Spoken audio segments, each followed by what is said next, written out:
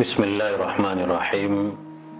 Assalamualaikum warahmatullahi wabarakatuh. Alhamdulillahirabbil alamin. Tsumma alhamdulillahirabbil alamin.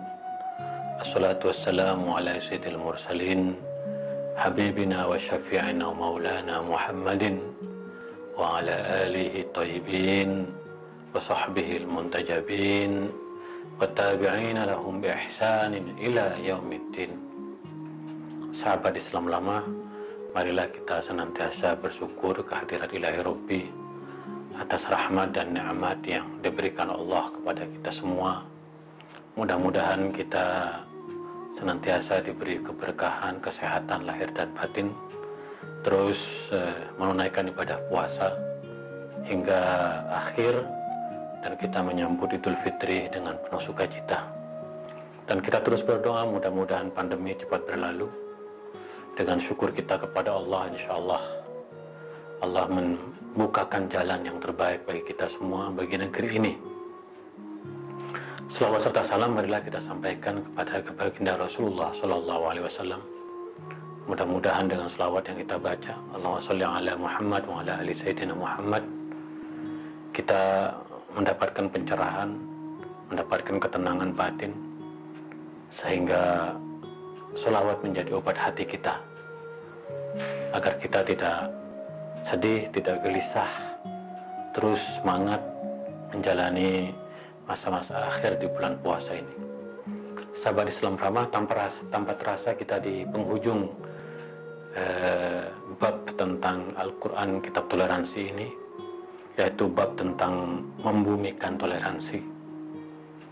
Setelah kita berkelana dengan ayat-ayat Al-Quranul Karim tentang toleransi, lalu bagaimana kita menafsirkan ayat-ayat yang selama ini dijadikan alasan untuk menebarkan intoleransi, maka pada akhirnya kita sampai kepada satu tugas yang paling mulia adalah membumikan toleransi itu. Karena bagaimanapun tugas kita harus hidup toleran di antara sesama. Dalam artian harus saling menghargai, saling menghormati, saling menerima keragaman di antara sesama. Dan Allah menciptakan kita sebagai khalifah, sebagai makhluk yang paling mulia, yang dikaruniai akal. Mari kita harus saling membahu di antara sesama, tidak boleh ada konflik, tidak boleh ada perseteruan. Dan ini tugas kita semua, membumikan toleransi itu. Ada satu ayat dalam Al-Quran yang dapat dijadikan panduan kita untuk memahami toleransi, untuk membumikan toleransi itu. Ini ayat yang selalu kita dengar setiap sholat Jumat. Innallaha ya'muru bil adli wal ihsan wa ita'i dzil qurba wa yanha 'anil fahsya'i wal munkar wal baghi ya'idukum la'allakum tadhakkarun. Konon ayat ini merupakan pegangan bagi kita umat Islam dalam mengarungi kehidupan. Nah, bagi saya pribadi, ayat ini adalah kunci dalam membumikan toleransi di tengah keragaman dan kebinekaan di negeri ini. Maka ayat ini sangat relevan untuk dijadikan satu sumber acuan kita untuk membumikan toleransi. Innallaha ya'muru bil adl. Sungguhnya Allah memerintahkan kita untuk menegakkan keadilan. Toleransi akan tercapai kalau keadilan betul-betul ditegakkan. Dan ada keadilan yang bersifat itu moral, dan ada keadilan yang bersifat hukum yang disepakati oleh seluruh warga. Maka sebenarnya secara sederhana, kalau kita betul-betul menegakkan keadilan, maka ya kita secara moral, menurut Ibnu Khaldun, madaniyun bitabai, bahwa kita membutuhkan manusia yang lain, bahwa kita harus bersama-sama bahwa kita harus berkolaborasi, bahwa kita membutuhkan orang lain. Kita tidak bisa sendirian. Maka dalam prinsip keadilan, ya kita juga harus berlaku adil terhadap orang lain. Berbuat baik kepada orang lain, tidak melukai orang lain, itu adalah keadilan. Membantu sesama itu adalah keadilan. Tidak menindas kelompok minoritas, itulah adil. Jadi hidup bersama, koeksistensi, hidup berdampingan secara damai. Maka bagi siapa yang melanggar prinsip keadilan ini, maka tentu ada hukum yang harus ditegakkan. Dan hukum sekali lagi ditegakkan bukan oleh orang perorangan, tetapi melalui mekanisme hukum yang sudah tersedia. Maka nanti yang menentukan apabila orang melanggar hak orang lain, maka nanti pengadilan atau lembaga hukum yang menentukan kira-kira apa sanksi pelanggaran dalam bidang apa yang dilakukan oleh orang yang melakukan kejahatan tadi itu. Maka sekali lagi, innallaha ya'muru bil adl.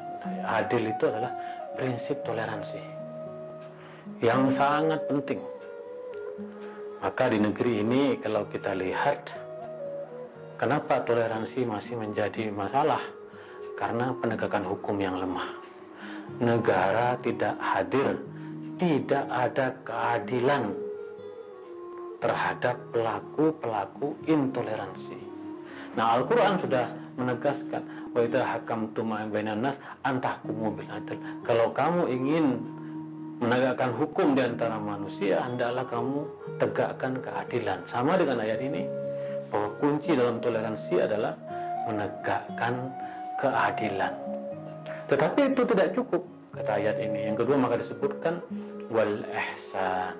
Setelah adil, maka kita harus berbuat baik di antara sesama, menebarkan kebajikan. Karena sekali lagi, pendekatan hukum bukan satu-satunya jalan untuk menegakkan keadilan. Harus ada kebajikan-kebajikan yang dilakukan secara masif. Kalau bahasa sekarang, masif dan struktur. Kalau seandainya yang dominan di negeri ini adalah kebajikan, maka secara otomatis cara hidup kita akan toleran. Karena orang akan melihat keteladanan dari kelompok yang mayoritas. Maka sekali lagi, ihsan bagi kita umat Islam itu merupakan sebuah keniscayaan. Karena kalau terjadi apa-apa di negeri ini, tentu yang akan terlihat pertama kali adalah keihsanan, kebaikan dari kita umat Islam.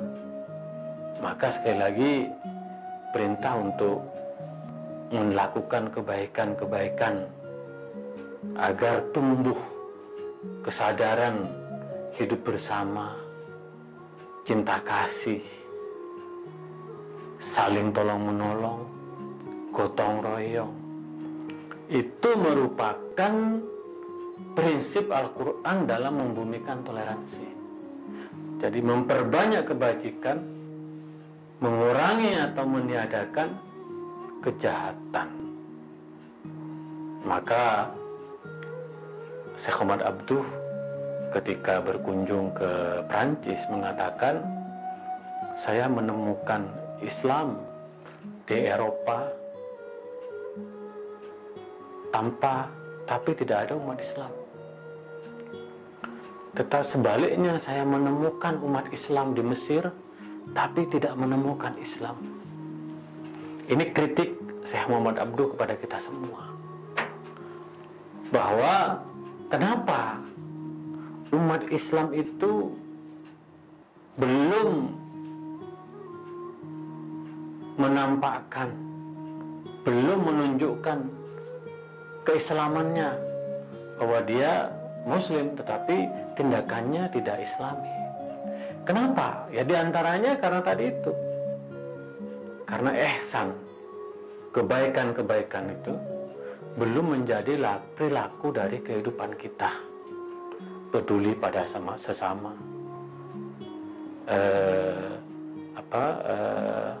hidup bersih, peduli lingkungan, peduli sesama, peduli sama hewan, anti korupsi.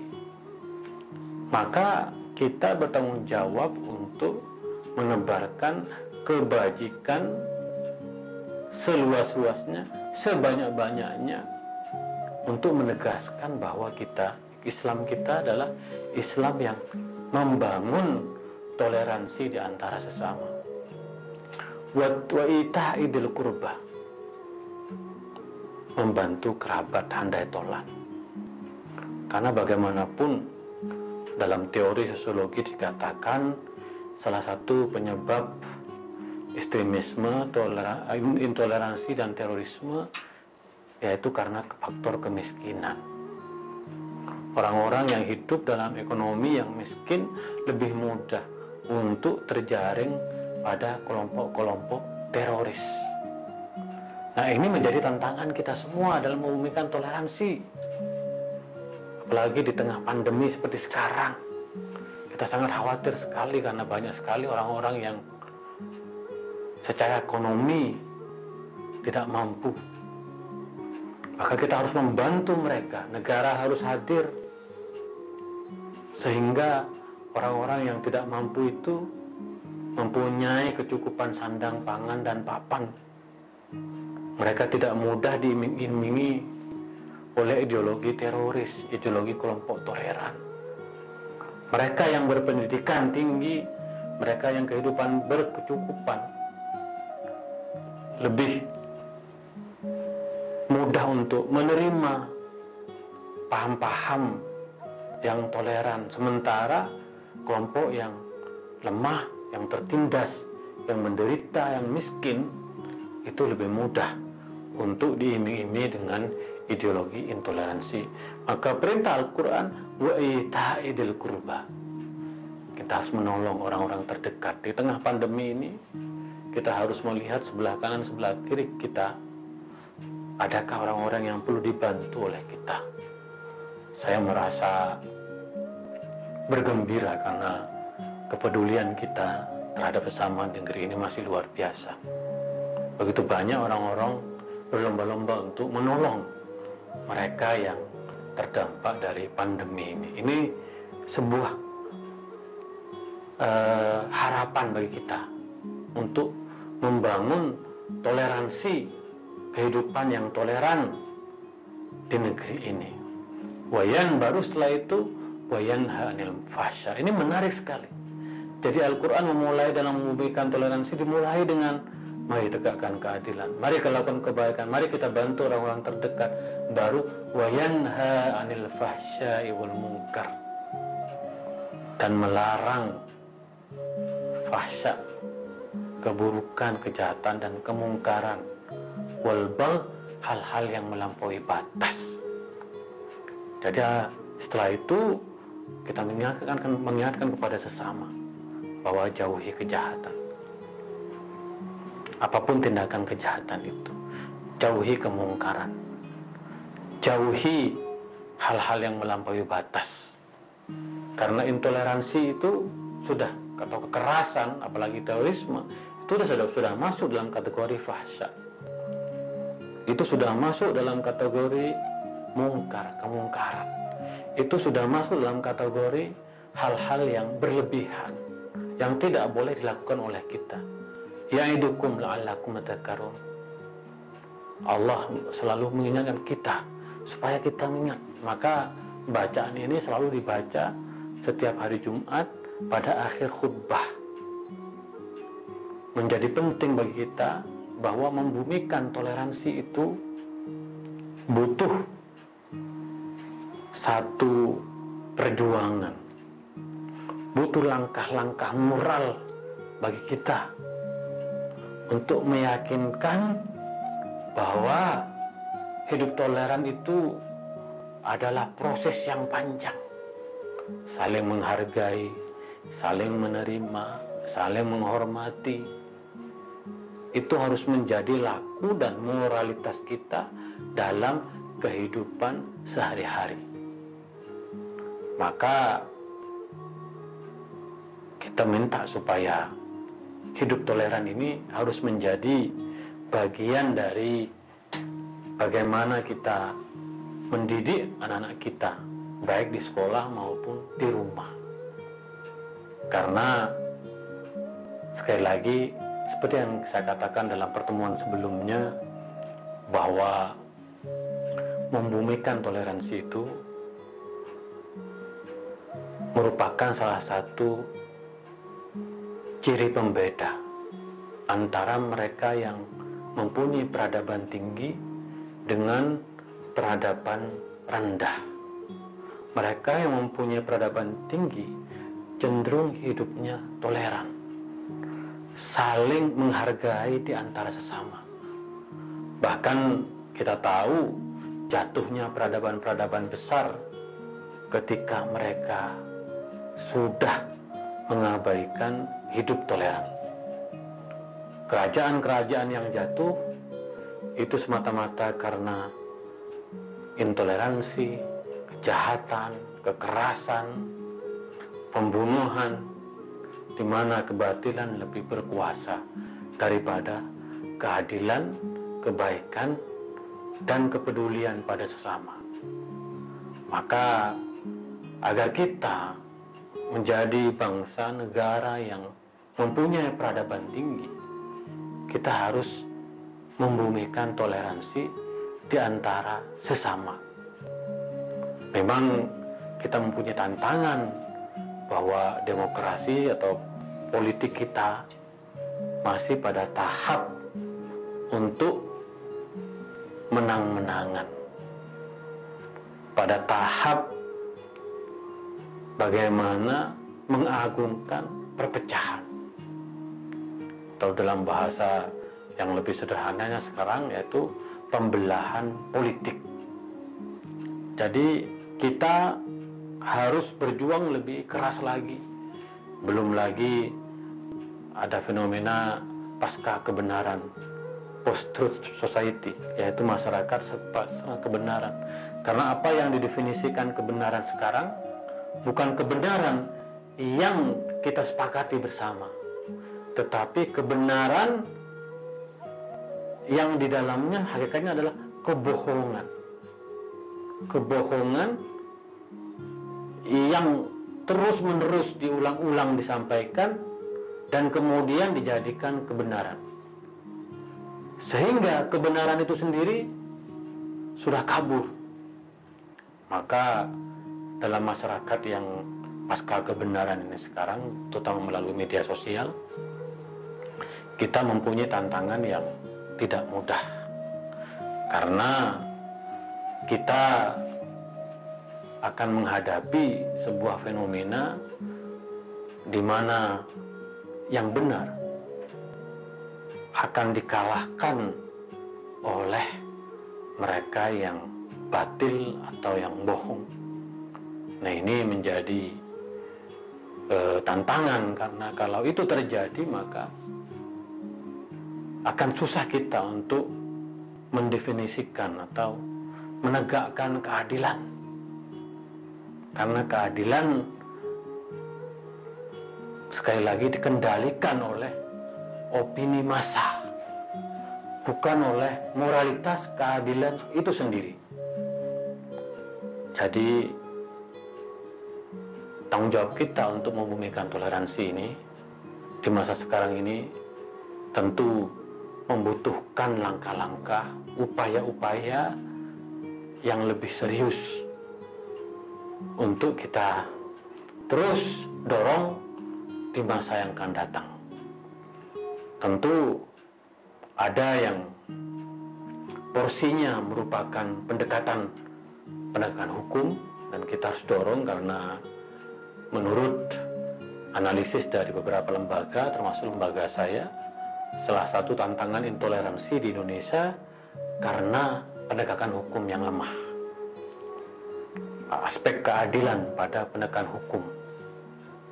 Ketika mereka yang melakukan tindakan intoleransi dibiarkan sedemikian rupa, menghalalkan segala cara, menggunakan berbagai upaya-upaya politik, terutama massa, sehingga kemudian mereka yang melakukan kekerasan tidak tersentuh oleh hukum, kalaupun tersentuh oleh hukum, tidak mendapatkan sanksi yang seadil-adilnya. Maka kami merekomendasikan agar diberlakukan satu penegakan hukum yang adil. Nah, tetapi sekali lagi bahwa aspek penegakan hukum itu hanya salah satu aspek dalam membumikan toleransi. Ada aspek yang lain, yaitu membangun satu kesadaran moral yang masif bagi masyarakat tentang pentingnya toleransi. Nah, buku Al-Quran Kitab Toleransi yang saya tulis ini adalah salah satu cara agar kita betul-betul kembali ke jati diri Al-Quran sebagai kitab toleransi. Yang dalam pandangan saya begitu banyak pesan-pesan di dalam Al-Quran, ratusan pesan Al-Quran kepada kita untuk beriman dan beramal saleh. Ya, orang karena meyakini bahwa cukup beriman, tidak perlu beramal saleh. Padahal dalam iman itu sendiri, seperti yang saya jelaskan, amalun bil arkan, iman itu harus diterjemahkan dalam kehidupan nyata. Di antaranya adalah memperbanyak amal-amal saleh kepada siapapun, baik orang yang seagama dengan kita maupun orang-orang yang berbeda agama dengan kita. Disinilah kemudian saya kira kita, sahabat Islam Ramah, dalam membumikan toleransi, kita harus terus bergerak bersama-sama. Tidak boleh kita ini berpangku tangan seolah-olah bahwa toleransi itu tiba-tiba ada, tiba-tiba tumbuh tengah-tengah masyarakat. Belajar dari pengalaman Rasulullah, toleransi itu memerlukan kemufakatan bersama, memerlukan aturan main. Dulu ada Piagam Madinah. Alhamdulillah kita mempunyai Undang-Undang Dasar dan Pancasila, Bhinneka Tunggal Ika. Kita sudah hukum dan nilai yang sangat luar biasa untuk membumikan toleransi. Ini harus kita jaga terus. Nah, yang diperlukan sekarang adalah peran-peran keteladanan dari kita semua, bahwa toleransi itu bukan sesuatu yang mustahil, dan kita sudah menunjukkan bahwa kita bisa hidup di tengah keragaman agama, di tengah keragaman suku, dan aliran kepercayaan yang tumbuh subur di negeri ini. Maka pada akhirnya kita juga harus berhati-hati dengan adanya infiltrasi ideologi-ideologi transnasional yang datang dari luar, yang kerap kali menggunakan baju agama. Ada Al-Qaeda, Jamaah Islamiyah, ada ISIS belakangan, ada Wahabi, yang pelan-pelan mulai menyusup ke jantung masyarakat kita, yang menawarkan ideologi-ideologi intoleransi di tengah-tengah masyarakat. Maka sekali lagi kita tidak boleh diam, kita tidak boleh berpangku tangan, kita harus bergerak melakukan sesuatu, memberikan pemahaman. Maka sekali lagi buku Al-Quran Kitab Toleransi itu menjadi salah satu piranti kita untuk menyebarluaskan betapa pentingnya toleransi dalam kehidupan kita. Sahabat Islam Ramah, memang sudah selesai ngaji Al-Quran Kitab Toleransi, tetapi insya Allah dalam sisa waktu hingga Lebaran saya akan masih membedah beberapa ayat yang terkait dengan Al-Quran Kitab Toleransi, dengan ayat-ayat toleransi dalam Al-Quran, supaya kita mempunyai begitu pandangan yang lebih luas, lebih banyak lagi, dan dapat meyakinkan kita betapa pentingnya toleransi. Seperti yang saya katakan, al-aslu fil Quran at-tasamuh wassalam, bahwa fundament Al-Quran adalah toleransi dan perdamaian. Mari kita terus bumikan toleransi, mari kita terus jaga perdamaian di antara sesama, sehingga negeri ini menjadi negeri yang membangun harapan bahwa kita betul-betul bisa menjaga kebinekaan, bisa menjaga keragaman di negeri ini. Kita bisa menegakkan keadilan, bisa menyebarluaskan kebajikan di antara sesama. Dan itu sudah terbukti ketika orang-orang Islam, orang Banser menjaga gereja, ketika bulan puasa seperti sekarang ini, orang-orang Kristen dan umat agama-agama yang lain juga membantu membagikan sembako, takjil buka puasa bagi orang-orang Muslim. Itulah Indonesia. Ketika perbedaan agama tidak menjadi penghalang di antara kita untuk menebarkan kebajikan. Karena pada hakikatnya menebarkan kebajikan, cinta kasih merupakan ajaran semua agama-agama dan aliran kepercayaan di negeri ini. Berbagi pada sesama itu akan menjadikan hati kita semakin dekat. Karena barang siapa yang mengasihi, dia akan dikasihi. Ar-Rahimuna yarhamuhumur Rahman. Bahwa orang-orang yang menebarkan kasih pasti akan dikasihi oleh Tuhan yang Maha Pengasih. Itulah yang menjadi prinsip kita. Terima kasih sudah menyimak, sudah menonton kajian ayat-ayat toleransi dalam Al-Quran. Insya Allah kita akan lanjutkan sampai akhir bulan Ramadan ini. Mudah-mudahan, dan kita akan lanjutkan tahun depan. Mudah-mudahan tahun depan sudah terbit jilid kedua Al-Quran Kitab Toleransi ini, sehingga nanti semua ayat-ayat toleransi betul-betul bisa dijadikan sebagai bahan bagi kita sebagai umat Islam untuk menjelaskan esensi pesan-pesan yang terdapat di dalam Al-Quran, terutama pesan tentang toleransi dan perdamaian.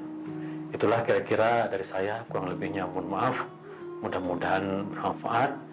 Kita akan lanjutkan esok hari dengan ayat-ayat toleransi yang lain. Wa ma taufiqi illa billah, alaihi tawakkaltu wa ilaihi unib. Wallahu muwaffiq ila aqwamit thoriq. Assalamualaikum warahmatullahi wabarakatuh.